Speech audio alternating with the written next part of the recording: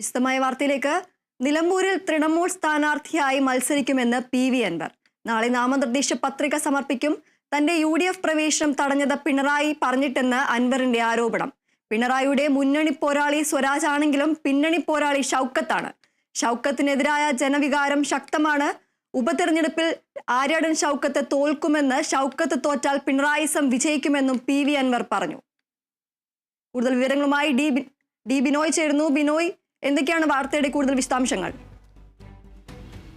അവസാനം അൻവർ അങ്ങനെ സ്ഥാനാർത്ഥിത്വം പ്രഖ്യാപിച്ചിരിക്കുന്നു എന്നുള്ളതാണ് ഈ നിമിഷങ്ങളിലെ പ്രധാനപ്പെട്ട വാർത്തകളെന്ന് നമുക്ക് പറയാൻ കഴിയും. കാരണം അദ്ദേഹം പറഞ്ഞ ഒരു പ്രധാനപ്പെട്ട കാര്യമുണ്ട്. കഴിഞ്ഞ ഒരു മണിക്കൂറിന് ശേഷം ഉണ്ടായ ഒരു പരസ്യമായ പ്രഖ്യാപനത്തിനെ തുടർന്നാണ് താൻ സ്ഥാനാർത്ഥി പ്രഖ്യാപനം നടത്തുന്നതെന്ന് പറഞ്ഞു. അതായത് UDF കൺവീനർ തന്നെ പറഞ്ഞിരുന്നു, അതായത് PV അൻവറിന് ഇനിയുള്ള UDF പ്രവേശനം അടഞ്ഞിരിക്കുന്നു, അടഞ്ഞ അധ്യായം, ആ വാതിലടച്ചു കഴിഞ്ഞിരിക്കുന്നു എന്ന് പറഞ്ഞു. അതിന് തൊട്ട് പിന്നാലെ തന്നെ PV അൻവർ വാർത്താസമ്മേളനം വിളിക്കുകയും കുറേ കാര്യങ്ങൾ, അതായത് പ്രതിപക്ഷ നേതാവിനെതിരെയും അവിടെ മത്സരിക്കുന്ന സ്ഥാനാർത്ഥി ആര്യാടൻ ഷൗക്കത്തിനെതിരെയും വലിയ തരത്തിലുള്ള ആരോപണങ്ങൾ ഉന്നയിക്കുകയായിരുന്നു. എണ്ണി ഓരോ ആരോപണങ്ങൾ പറഞ്ഞുകൊണ്ടിരിക്കുകയായിരുന്നു.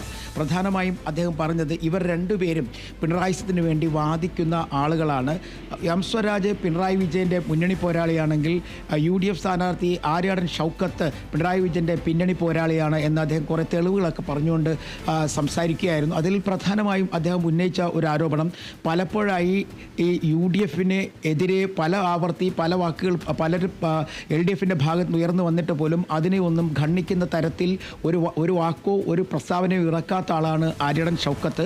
അതുമാത്രമല്ല, മലയോര മേഖലയിലെ പ്രശ്നങ്ങൾ അറിയാവുന്ന, മലയോര മേഖലയിലെ ജനങ്ങളുടെ വിഷയങ്ങൾ നന്നായി അറിയാവുന്ന VS ജോയിയെ മത്സരിപ്പിച്ചിരുന്നുവെങ്കിൽ ഒരു 20,000 മുതൽ 25,000 വോട്ടിൻ്റെ വരെ ഭൂരിപക്ഷത്തോടുകൂടി VS ജോയിക്ക് ഇവിടെ നിന്ന് ജയിക്കാൻ കഴിയും എന്നായിരുന്നു അദ്ദേഹം പറഞ്ഞു. പ്രത്യേകിച്ചും അത് സമ്മതിച്ചത് UDF നേതാക്കന്മാർ തന്നെയാണെന്ന് പറയുന്നു. അതേ സ്ഥലത്ത് ഇപ്പോൾ ഇവിടെ മത്സരിക്കുന്നത് ആര്യാടൻ ഷൗക്കത്താണ്. ഒരു പക്ഷേ ആര്യാടൻ ഷൗക്കത്തിൻ്റെ കാര്യത്തിൽ വലിയ പരാജയം ഉണ്ടാകും എന്ന് തന്നെ പറയപ്പെടുന്നു.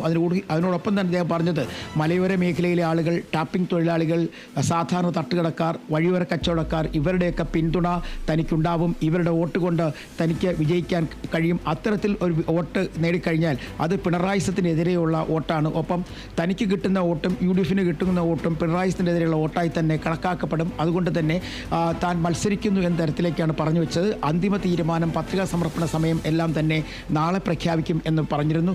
അതേസമയം രൂക്ഷമായ ഭാഷയിൽ തന്നെയാണ് പ്രതിപക്ഷ നേതാവിനെതിരെ പല ആവർത്തി അദ്ദേഹം ആരോപണങ്ങൾ ഉന്നയിച്ചത്. അതെല്ലാം തന്നെ പ്രതിപക്ഷ നേതാവിൻ്റെ പറവൂരിൽ അടുത്ത പ്രാവശ്യം മത്സരിച്ചാൽ പരാജയപ്പെട്ടു പോകും. കാരണം ശക്തനായ സ്ഥാനാർത്ഥി അവിടെ വരാനുള്ള സാധ്യതയുണ്ട്. അതുകൊണ്ട് തന്നെ അവിടെ മത്സരിക്കുന്ന സ്ഥാനാർത്ഥിയെ മയപ്പെടുത്തുന്നതിന് വേണ്ടി ഒരു നീക്കം ആണ് ഈ മുഖ്യമന്ത്രി പിണറായി വിജയനും പ്രതിപക്ഷ നേതാവും തമ്മിലുള്ള കൂട്ടുകെട്ടിൻ്റെ പിന്നിലെന്നും ആരോപണം അൻവർ ഉന്നയിച്ചു. അത്തരത്തിൽ വിവിധങ്ങളായ വിഷയങ്ങളെ കുറിച്ച് പറഞ്ഞിരുന്നു. ഒപ്പം താനുമായി ചർച്ച നടത്തിയ പ്രമുഖരായ കോൺഗ്രസ് നേതാക്കന്മാർ, ഒപ്പം മുസ്ലിം ലീഗ് നേതാക്കന്മാർ, ഇവരോടൊക്കെ നന്ദി പറയുകയും പഹൽഗാം പോരാട്ടവുമായി ബന്ധപ്പെട്ട് അവിടെ നടത്തിയ ധീര പോരാട്ടങ്ങൾക്ക് പിന്തുണ അറിയിക്കുകയും ചെയ്തുകൊണ്ടാണ് അദ്ദേഹം സ്ഥാനാർത്ഥി പ്രഖ്യാപനത്തിലേക്ക് കടന്നത്. തൻ്റെ സ്ഥാനാർത്ഥി പ്രഖ്യാപനം ഇവിടെയുള്ള സാധാരണക്കാരായ ജനങ്ങൾക്ക് വേണ്ടിയാണ്. ഒരിക്കൽ പോലും തനിക്ക് വേണ്ടി ഒരു പോരാട്ടവും നടത്തിയിട്ടില്ല. പ്രത്യേകിച്ചും പോലീസിനെതിരെ താൻ നടത്തിയതെല്ലാം തന്നെ മലപ്പുറത്തുള്ള ആളുകൾക്ക് വേണ്ടിയായിരുന്നു. അത്രയധികം ബുദ്ധിമുട്ട് പോലീസിൻ്റെ ഭാഗത്തു നിന്നും മലപ്പുറത്തെ ആളുകൾ നേരിട്ടുകൊണ്ടിരിക്കുന്നു. ഇങ്ങനെ കുറേ അധികം കാര്യങ്ങൾ അദ്ദേഹം നിരത്തി. ഏകദേശം 1 മണിക്കൂറോളം നീണ്ടുനിന്ന ഒരു വാർത്താ സമ്മേളനത്തിന് ഒടുവിലാണ് PV അൻവർ സ്ഥാനാർത്ഥിത്വം പ്രഖ്യാപിച്ചു കഴിഞ്ഞിരിക്കുന്നത്. അപ്പോൾ ഏകദേശം മത്സരം ചതുഷ്കോണ മത്സരത്തിലേക്ക് കാര്യങ്ങൾ എത്തിച്ചേർന്നിരിക്കുന്നു എന്ന് നമുക്ക് പറയാൻ കഴിയും. കാരണം ഇന്ന് രാവിലെ BJPയുടെ കേന്ദ്ര കമ്മിറ്റി മോഹൻ ജോർജിനെ BJP സ്ഥാനാർത്ഥിയായി പ്രഖ്യാപിച്ചു. അദ്ദേഹം BJPക്കാരനല്ല, കേരള കോൺഗ്രസിലെ ഒരു നേതാവായിരുന്നു. അദ്ദേഹത്തെ സ്ഥാനാർത്ഥിയായി പ്രഖ്യാപിച്ചുകൊണ്ട് BJPയും രംഗത്തെത്തി കഴിഞ്ഞിരിക്കുന്നു. അങ്ങനെ മത്സരം കടുകട്ടിയാകും എന്നുള്ളത് ഉറപ്പായി കഴിഞ്ഞിരിക്കുന്നു. ഇനി നമ്മൾ നോക്കേണ്ടത് PV അൻവറിന് കിട്ടുന്ന വോട്ട്, അല്ലെങ്കിൽ PV അൻവർ മത്സര രംഗത്തേക്ക് എത്തുമ്പോഴേക്കും ആരുടെ ഭാഗത്തു നിന്നായിരിക്കും കൂടുതൽ വോട്ട് പിടിച്ചു മാറ്റാനുള്ള സാധ്യത. അത് അൻവറിൻ്റെ വിജയ സാധ്യത ഉണ്ടോ, ഇത്തരം കാര്യങ്ങളൊക്കെ തന്നെ ഇനി വരും ദിവസങ്ങളിൽ ചർച്ചയാകും എന്നുള്ളത് ഉറപ്പാണ്. മറ്റൊരു കാര്യം പി വി അൻവർ എടുത്തു പറഞ്ഞത് AICC അംഗം കൂടിയായ കെ സുധാകരനെ പോലും അറിയിക്കാതെയാണ് പ്രതിപക്ഷ നേതാവ് സ്ഥാനാർത്ഥി പ്രഖ്യാപനം നടത്തിയിരിക്കുന്നത്. ഇത്തരത്തിൽ പല നേതാക്കന്മാരോട് പോലും അദ്ദേഹം ഒന്നും ആലോചിക്കാറില്ല. ഏകപക്ഷീയമായ തീരുമാനങ്ങൾ പല കാര്യങ്ങളിലും എടുക്കുന്നു. ആര്യാടൻ ഷൗക്കത്തിനെ സംബന്ധിച്ചിടത്തോളം ആര്യാടൻ ഷൗക്കത്ത് പിണറായി വിജയൻ്റെ ഒരു പിന്നണി പോരാളിയാണ്, മുന്നിൽ ഇല്ല എന്നൊക്കെ പറയുന്നു. ഒപ്പം ആ മണ്ഡലത്തിലെ, അതായത് നിലമ്പൂർ മണ്ഡലത്തിലെ ആളുകൾക്ക് തന്നെ നന്നായി അറിയാം. അതിൽ സമുദായ ഭേദമന്യേ എല്ലാവരുടെയും പിന്തുണ തനിക്ക് ലഭ്യമാകും. അത്തരം ഒരു പിന്തുണ ലഭിക്കുകയാണെങ്കിൽ അത് പിണറായിക്കെതിരെ അല്ലെങ്കിൽ മുഖ്യമന്ത്രി പിണറായിക്കെതിരെയുള്ള പോരാട്ടം തന്നെയായിരിക്കും എന്ന് പറഞ്ഞു. ഒപ്പം കഴിഞ്ഞ ദിവസം Rahul Mamkootathil MLA P V അൻവറിനെ കാണാൻ എത്തിയ സംഭവം അതിനെ ന്യായീകരിച്ച് പറഞ്ഞു. അവർ തികച്ചും അവരുടെ സ്വകാര്യ ഒരു സന്ദർശനം മാത്രമായിരുന്നു, അതിൽ ചർച്ച ചെയ്ത കാര്യങ്ങൾ പുറത്തു പറയാൻ ഉദ്ദേശിക്കുന്നില്ല എന്നും പറഞ്ഞു. അങ്ങനെ നിരവധിയായ കാര്യങ്ങൾ ഈ 1 മണിക്കൂർ കൊണ്ട് നിരത്തിയതിനു ശേഷമാണ് പി വി അൻവർ തൻ്റെ വാർത്താ സമ്മേളനം അവസാനിപ്പിച്ചത്. എന്തായാലും തൃണമൂൽ കോൺഗ്രസിൻ്റെ സ്ഥാനാർത്ഥിയായി പി വി അൻവർ മത്സരിക്കും എന്നുള്ളത് ഏകദേശം ഉറപ്പായി കഴിഞ്ഞിരിക്കും നമുക്ക് പറയാൻ കഴിയും. ഇനി എല്ലാ കണ്ണുകളും നിലമ്പൂരിലേക്കായിരിക്കും. കാരണം അത്രയ്ക്ക് ശക്തമായ ഒരു രാഷ്ട്രീയ പോരാട്ടത്തിലേക്ക് നിലമ്പൂർ എത്തുന്നു. ഇനി പത്രികാ സമർപ്പണത്തിൻ്റെ ദിവസങ്ങൾ മാത്രമാണ് ബാക്കി നിൽക്കുന്നത്. എന്തായാലും UDF ശക്തമായ ഒരു പോരിന് തന്നെ തയ്യാറെടുക്കുകയാണ്. കാരണം ഇന്നലെയൊക്കെ തന്നെ UDFന് പ്രതീക്ഷയുണ്ടായിരുന്നു അൻവറുമായുള്ള ചർച്ചകളിൽ അൻവറിന് ഒരുപക്ഷെ തിരിച്ച് UDFൻ്റെ ഭാഗമാക്കാം എന്നൊക്കെ പറയുമ്പോഴേക്കും അൻവർ ഒപ്പം ഉണ്ടാകും എന്നൊക്കെ പ്രതീക്ഷിച്ചിരുന്നു. പക്ഷേ വൈകുന്നേരത്തോടെ സ്ഥാനാർത്ഥി പ്രഖ്യാപനം നടത്തിയതോടുകൂടിയാണ് അദ്ദേഹത്തിൻ്റെ വാതിലുകളെല്ലാം അടയപ്പെട്ടതും എതിരെ വലിയ തരത്തിലുള്ള ആരോപണങ്ങൾ പ്രതിപക്ഷ നേതാവ് തന്നെ ഉന്നയിച്ചിരുന്നത്. ഇന്ന് രാവിലെ അൻവറിനെതിരെ ആരോപണങ്ങൾ ഉന്നയിച്ചതും അത് തന്നെയാണ്. കാരണം അതിനു മുമ്പ് വരെ AICCയുടെ കർശന നിർദ്ദേശമുണ്ടായിരുന്നു, യാതൊരു കാരണവശാലും പി വി അൻവറിനെ പ്രകോപിപ്പിക്കുന്ന തരത്തിലുള്ള വാക്കുകളോ അല്ലെങ്കിൽ പ്രസ്താവനകളോ ഇറക്കരുത് എന്ന് പറഞ്ഞിരുന്നു. എന്നാൽ അതിനെയെല്ലാം ഖണ്ഡിച്ചുകൊണ്ട് പി വി അൻവർ നേരിട്ടെത്തി തിരഞ്ഞെടുപ്പ് സ്ഥാനാർത്ഥി പ്രഖ്യാപനത്തിലേക്ക് എത്തിയതോടുകൂടിയാണ് UDFൻ്റെ നേതാക്കന്മാരുമായും കോൺഗ്രസുമായും ഒരു ചർച്ച ഇനി വേണ്ട, അല്ലെങ്കിൽ അൻവറുമായുള്ള ചർച്ച ഇനി വേണ്ട എന്നുള്ള തീരുമാനത്തിലേക്ക് UDFും കോൺഗ്രസും എത്തിച്ചേർന്നത്. അത്തരത്തിലൊരു ചർച്ച വഴിമുട്ടിയതോടുകൂടിയാണ് രാത്രി രാഹുൽ മാങ്കൂട്ടത്തിൽ അവിടെ എത്തിയത്. എന്നാൽ UDF കൺവീനർ ഇന്ന് രാവിലെയും ചില പ്രതീക്ഷകൾ പങ്കുവയ്ക്കുന്നുണ്ട്, അടൂർ പ്രകാശ്. അത് അദ്ദേഹം പറയുന്നത് എന്തായാലും ഏതെങ്കിലും ഒരു സാഹചര്യത്തിൽ UDFിലേക്ക് വരാനുള്ള സാധ്യതകൾ ഉണ്ട്, അത് പൂർണ്ണമായും അടഞ്ഞിട്ടില്ല, ഇനിയും ദിവസങ്ങൾ ഉണ്ടെന്നൊക്കെ പറയുന്നുണ്ടെങ്കിൽ പോലും ഇത് ഒരു വലിയ തരത്തിലുള്ള തിരിച്ചടി ആർക്കാകും എന്നുള്ളതാണ് നമ്മൾ കണ്ടറിയേണ്ടത്. 2 പ്രാവശ്യം നിലമ്പൂരിൽ നിന്ന് മത്സരിച്ച് ജയിച്ച MLA ആണ്. കഴിഞ്ഞ പ്രാവശ്യം ഭൂരിപക്ഷം കുറവായിരുന്നെങ്കിൽ പോലും അദ്ദേഹം വിജയിച്ച് നിയമസഭയിലേക്ക് എത്തിയിരുന്നു. അതുകൊണ്ട് തന്നെ ആ വോട്ടുകൾ, അതായത് കഴിഞ്ഞ പ്രാവശ്യം അൻവറിന് കിട്ടിയ വോട്ടുകൾ എങ്ങനെയായിരിക്കും ഇത്തവണ പോവുക? പാർട്ടി CPIMൻ്റെ സ്ഥാനാർത്ഥിയായ M സ്വരാജ് പാർട്ടി ചിഹ്നത്തിൽ മത്സരിക്കുന്നു, കൈപ്പത്തി ചിഹ്നത്തിൽ ആര്യാടൻ ഷൗക്കത്ത് മത്സരിക്കുന്നു, BJP താമര ചിഹ്നത്തിൽ മത്സരിക്കുന്നു.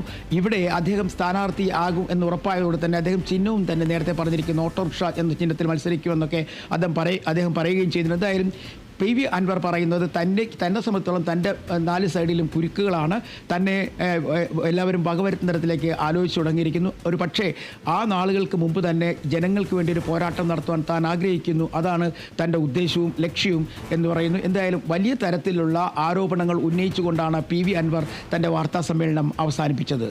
ദീപ്തി.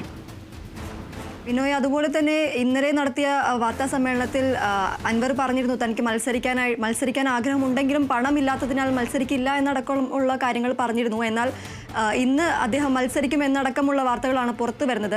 ഈ ഒരു സാഹചര്യത്തിൽ അൻവർ നിലവിൽ അവിടുത്തെ MLA ആയിരുന്നു, എന്നാൽ അൻവറിന് ശക്തമായ പിന്തുണയുണ്ട് എന്നടക്കം അൻവർ ആത്മവിശ്വാസത്തോടെ പറയുന്നുണ്ടെങ്കിലും അൻവറിനെതിരെ ഈ ഒരു പാർട്ടി മാറുക, അതുപോലെ തന്നെ കോൺഗ്രസിൽ ചേരാനായിട്ടുള്ള കോൺഗ്രസിന് ഒപ്പം ചേരും എന്നടക്കമുള്ള പ്രസ്താവനകളെല്ലാം പറഞ്ഞതിന് ശേഷം നിലവിൽ അൻവറിന് ജനത്തിന്റെ ഭാഗത്തു നിന്നും ഒരു സപ്പോർട്ട് ഉണ്ടാകുമെന്ന് നമുക്ക് പ്രതീക്ഷിക്കാൻ സാധിക്കുമോ?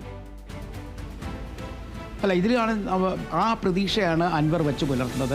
പ്രത്യേകിച്ചും മലയോര മേഖലയിലുള്ള കർഷകരുണ്ട്. കാരണം പോത്തുകല്ല് പോലുള്ള മേഖലയിലാണ് വലിയ തരത്തിൽ മണ്ണിടിച്ചിലും അതുപോലെ വീട് നഷ്ടപ്പെട്ടവരും ഒക്കെ ഉള്ളത്. അപ്പോൾ ആ ഭാഗത്ത് അദ്ദേഹം വലിയ തരത്തിലുള്ള പ്രവർത്തനങ്ങൾ നടത്തിയിട്ടുണ്ടെന്നും ഏകദേശം 1 മാസത്തോളം അവിടെ കള്ളിമുണ്ടും ഉടുത്ത് തലയിൽ തുണിയും ഇട്ട് അവിടെ കറങ്ങി നടന്ന് അവരെ സഹായിച്ച ഒരാളെന്ന നിലയ്ക്ക് അത്തരം ആളുകളുടെ ഭാഗത്തു നിന്നുള്ള പിന്തുണ ലഭിക്കും എന്നുള്ള പ്രതീക്ഷയാണ് പി വി അൻവർ മുന്നോട്ട് വയ്ക്കുന്നത്. ഒപ്പം മതസാമുദായിക സാമുദായിക സംഘടനകളുടെ അകമഴിഞ്ഞ സഹായം ഉണ്ടാകുമെന്നുള്ള പ്രതീക്ഷയും അൻവറിനുണ്ട്. അതൊക്കെ ഇനി കണ്ടറിയേണ്ട കാര്യങ്ങളാണ്. എന്തായാലും രാഷ്ട്രീയപരമായി 3 കക്ഷികൾ മത്സരരംഗത്തുള്ളപ്പോൾ PV അൻവർ എന്ന് പറയുന്ന തൃണമൂൽ കോൺഗ്രസ് സ്ഥാനാർത്ഥി എന്തുമാത്രം വോട്ട് പിടിക്കും എന്നുള്ളതാണ് ഇനി നോക്കിക്കാണേണ്ട ഒരു വിഷയം. അത്രയ്ക്ക് ശക്തന്മാരായ 3 പേരാണ്. അല്ല എങ്കിൽ പോലും അവർ എം സ്വരാജും ഒപ്പം തന്നെ ആര്യൻ ഷൗക്കത്തും സ്ഥാനാർത്ഥികളായി LDF UDF സ്ഥാനാർത്ഥികളായി എത്തിക്കഴിയുമ്പോഴേക്കും തന്നെ മത്സരത്തിൻ്റെ കടുകട്ടി മനസ്സിലാവുന്നതാണ്. കാരണം എം സ്വരാജിനെ തള്ളിക്കളയാനാകില്ല. അദ്ദേഹം ആ നാട്ടുകാരനാണ്, പോത്തുകൽ സ്വദേശിയാണ്. അതുകൊണ്ട് തന്നെ അദ്ദേഹത്തിൻ്റെ നിലനിൽപ്പിൻ്റെ രാഷ്ട്രീയം കൂടിയാണ് അവിടെ നിലമ്പൂരിൽ നിന്ന് വിജയിച്ച് കയറുക എന്നുള്ളത്. ഈ ആര്യൻ ഷൗക്കത്തിനെ സംബന്ധിച്ചിടത്തോളം അതുതന്നെയാണ്. ഇതിൽ പരാജയപ്പെട്ടു പോയി കഴിഞ്ഞാൽ തൻ്റെ എല്ലാ വഴികളും മത്സരത്തിലുള്ള വഴികളെല്ലാം തന്നെ അടയപ്പെടുന്നു എന്നുള്ളതാണ് മറ്റൊരു കാര്യം. അതുകൊണ്ട് തന്നെ 2 മുന്നണികൾക്കും അവരുടെ മുഖം രക്ഷിക്കുക എന്നുള്ളത് അനിവാര്യമായ ഘടകമാണ്. അതിനൊപ്പം തന്നെ അൻവർ പിടിക്കുന്ന വോട്ടുകൾ ഇരു മുന്നണികൾക്കും ഭീഷണിയാകും എന്നുള്ള കാര്യത്തിൽ സംശയം വേണ്ട. കാരണം അദ്ദേഹത്തിന് ചില മേഖലകളിലൊക്കെ സ്വാധീനം ചെലുത്താൻ കഴിയും എന്നുള്ള പ്രതീക്ഷ അദ്ദേഹത്തോടൊപ്പമുള്ള ആളുകളും പങ്കുവയ്ക്കുന്നുണ്ട്.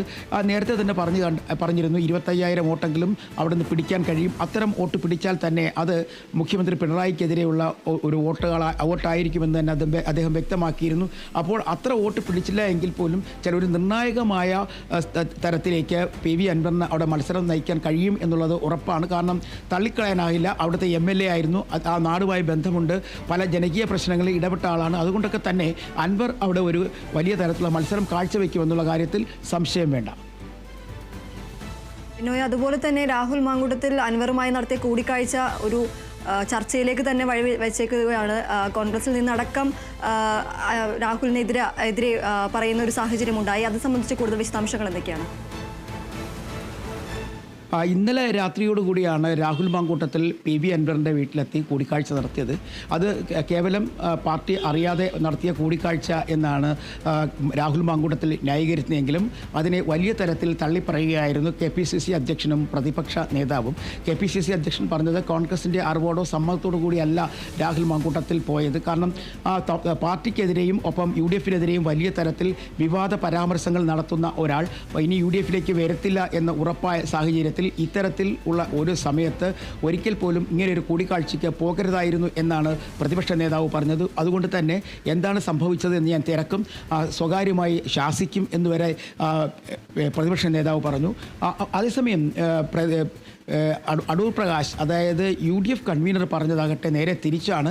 അധ്യായങ്ങൾ അടഞ്ഞിട്ടില്ല, പക്ഷേ ചർച്ചയ്ക്ക് പോയ വിവരങ്ങൾ തനിക്കറിയില്ല. അത് സ്വകാര്യമായ അവരുടെ ചർച്ചകളായിരിക്കാം. അത്തരം കാര്യങ്ങളെക്കുറിച്ച് അറിയില്ല എന്നൊക്കെ തന്നെ പറയുന്നുണ്ടെങ്കിൽ പോലും ചർച്ചയ്ക്കുള്ള അധ്യായം അടഞ്ഞിട്ടില്ല എന്ന് UDF കൺവീനർ പറഞ്ഞ് ഇനിയുള്ള ദിവസങ്ങൾ, അതായത് നാളെ വൈകുന്നേരം വരെയുള്ള സമയമുണ്ട്. ഈ സമയത്ത് എന്തൊക്കെ സംഭവിക്കും എന്നുള്ളതാണ് നോക്കിക്കാണേണ്ടത്. എന്തായാലും ഇനി UDF ഒരു ചർച്ചയ്ക്ക് പോവില്ല എന്നുള്ളത് ഉറപ്പായി കഴിഞ്ഞിരിക്കുന്നു. മറ്റേതെങ്കിലും തരത്തിലുള്ള ഇടപെടലുകളോ ചർച്ചാ നീക്കങ്ങളോ ഒക്കെ നടന്നാൽ മാത്രമേ ഇവിടുത്തെ ഈ അൻവറുമായിട്ടുള്ള പ്രശ്നങ്ങൾ പരിഹരിക്കാൻ കഴിയുമോ എന്നുള്ള കാര്യം നോക്കിക്കാണണം. കാരണം അത്ര വലിയ നിശ്ചിതമായ വിമർശനമാണ് ആര്യാടൻ ഷൗക്കത്തിനെതിരെയും പ്രതിപക്ഷ നേതാവിനെതിരെയും PV അൻവർ ഉയർത്തിയത്. കാരണം അതിനൊക്കെ ഇനി മറുപടി പറയേണ്ട ഒരു സാഹചര്യം കൂടിയുണ്ട്. പല കാര്യങ്ങളും രാഷ്ട്രീയപരമായുള്ള പരാമർശങ്ങൾ വരെ അദ്ദേഹം ഉന്നയിക്കുകയുണ്ടായി. അതിനൊക്കെ മറുപടി പറയേണ്ട ഒരു സാഹചര്യം. അപ്പോൾ ഇവിടെ സ്ഥാനാർത്ഥിയുടെ വ്യക്തിത്വത്തെ പോലും ചോദ്യം ചെയ്യുന്ന തരത്തിലേക്ക്, അദ്ദേഹം നിർമ്മിച്ച സിനിമയെ പോലും ചോദ്യം ചെയ്യുന്ന തരത്തിലേക്ക് കാര്യങ്ങൾ ഉന്നയിച്ചുകൊണ്ടാണ് PV അൻവർ തൻ്റെ വാർത്താ സമ്മേളനം നടത്തിയത്. അതുകൊണ്ട് തന്നെ ഇനി വരുന്ന ദിവസങ്ങളിൽ ഒരു വലിയ തരത്തിലുള്ള ചർച്ച ഇവിടെ ഉണ്ടാവും. അതിൽ അൻവർ എങ്ങനെയായിരിക്കും ആ ചർച്ചയിൽ പങ്കാളിയാവുന്നത്, എങ്ങനെയായിരിക്കും അൻവർ ചർച്ച നയിക്കുക എന്നുള്ള കാര്യങ്ങളൊക്കെ പിന്നീടായിരിക്കും നമുക്ക് മനസ്സിലാവുക. ശരി, PV അൻവർ നിലമ്പൂരിൽ മത്സരിക്കാൻ ഒരുങ്ങിയിരിക്കുകയാണ്. ബിനോയാണ് വിശദാംശങ്ങൾ നൽകിയത്.